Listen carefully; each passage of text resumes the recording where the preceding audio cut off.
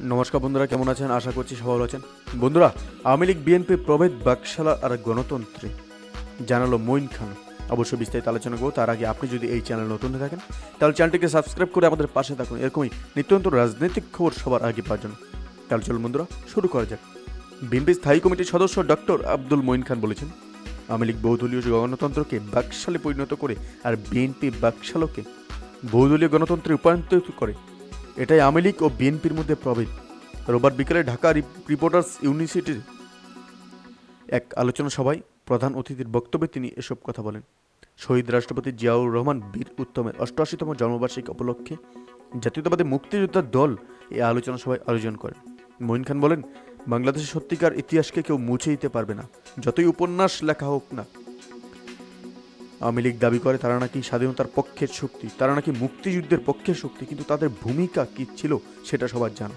সেদিন আওয়ামী লীগ দায়িত্ব পালন করেনি, সবাই পলায়ন হয়েছিল। মিথ্যাচার দিয়ে একটি দেশের নেতা হওয়া যায় না, রাষ্ট্র পরিচালনা করা যায় না। 1971 সালে 16 ডিসেম্বর সবার মুখে মুখে ছিল 16 ডিভিশন।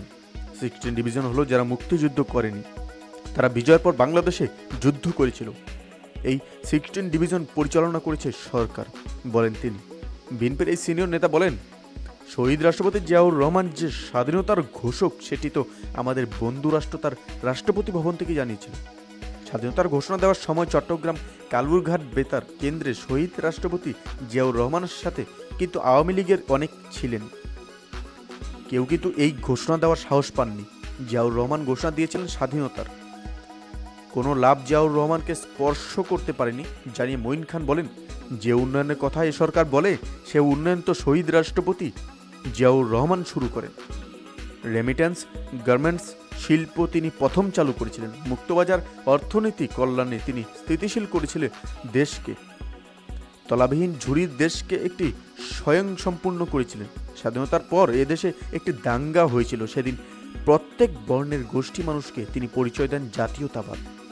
এটি পৃথিবীর ইতিহাসে অবিস্মরণীয়। তিনি বলেন, আওয়ামী লীগ বহুদলীয় গণতন্ত্রকে বাকশালে পরিণত করে আর বিএনপি বাকশালকে বহুদলীয় গণতন্ত্রে রূপান্তরিত করে। এটাই আওয়ামী লীগ ও বিএনপির মধ্যে প্রভেদ। তিনি আরও বলেন, মধ্যপ্রাচ্যে যে অন্তর্দ্বন্দ্ব ছিল সেটি নিরসনে কাজ করে গেছেন জিয়াউর রহমান। সেই রাখাল রাজার জানাজায় যত মানুষ হয়েছিল, পৃথিবীতে কারো জানাজায় এত লোক এখনো পর্যন্ত হয়নি। 7 জানুয়ারির নির্বাচনে আওয়ামী লীগ সরকার পরাজিত হয়েছে। মন্তব্য করে মঈন খান বলেন, তাদের পায়ের নিচে মাটি নেই। অনেকে বলেন, এই সরকার কি আরও 5 বছর থাকবে? তখন বালি স্বৈরাচার এরশাদ চলে যাওয়ার আগেও কি কেউ জেনেছিল যে তিনি চলে যাবেন? তিনিও গেছেন। আমিও বলতে চাই, এই সরকার শূন্যের ওপর টিকে আছে, এদের পায়ের নিচে মাটি নাই। এরকমই কিন্তু আপডেট কিন্তু আমাদের সামনে চলে এসেছে এবং এই ছোট্ট আপডেটটি কিন্তু আপনাদের সামনে তুলে ধরলাম। অবশ্যই মঈন খানের এই বক্তব্যের পিছনে আপনার মূল্যবান মতামতটি আমাদের কমেন্ট বক্সে জানাতে ভুলবেন না। ধন্যবাদ। দেখা হচ্ছে পরবর্তী নতুন একটি কোনো ভিডিওতে। আপনি কোথা থেকে দেখছেন এবং আমাদের অবশ্যই কমেন্টে জানাতে ভুলবেন না, এবং এই যত পারেন এই ভিডিওটি শেয়ার করে অন্যদেরকেও এই মূল্যবান বক্তব্যের পরিভাষা জানিয়ে দিন।